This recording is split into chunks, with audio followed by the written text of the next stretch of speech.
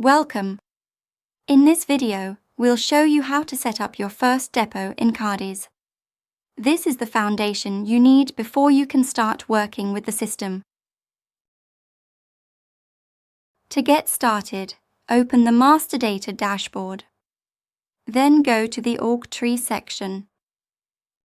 This is where you create your organizational structure, your depots, regions, or corporate levels. You'll notice a predefined depot called Depot 1. This is required for your initial login. Without a depot, you can't even access CADIS. But Depot 1 is just a starting point. Once you're in, take it as a template and create your own depot based on your company's actual setup. To create a depot, click the Create button. We only need to fill in a few essential fields.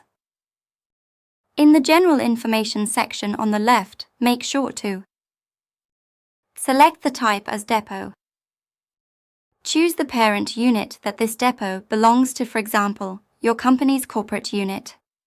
But you can also choose the predefined SAS entry. Set the default report locale, which defines the default language for reports related to this unit. For example, DE for German. In the Branch Details section, we enter the following: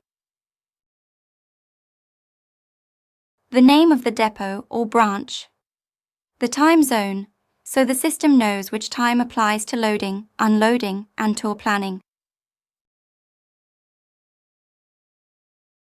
Optionally, you can assign a logo for this branch.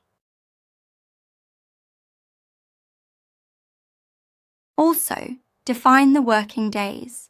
For example, Monday through Friday. These days indicate when tours can start or end at this depot. Make sure that the CADIS checkbox is selected. This activates the unit for use in CADIS. Next, let's move to the branch address. This part is especially important because it helps ensure correct routing and geocoding. Enter the street, postal code, and city. We also strongly recommend filling in the latitude and longitude manually. Sometimes, external routing services like the PTV server might not recognize the full address correctly. Providing exact coordinates ensures accurate navigation. The other sections like branch contact, company address, and PO box can remain empty for now unless you want to add specific information for documentation purposes. The display order is optional as well, but if you want to sort units in drop-down menus, you can assign a number here. A lower number means a higher position in the list.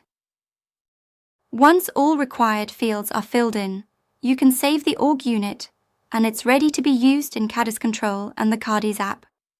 That's it. You've successfully created your new depot.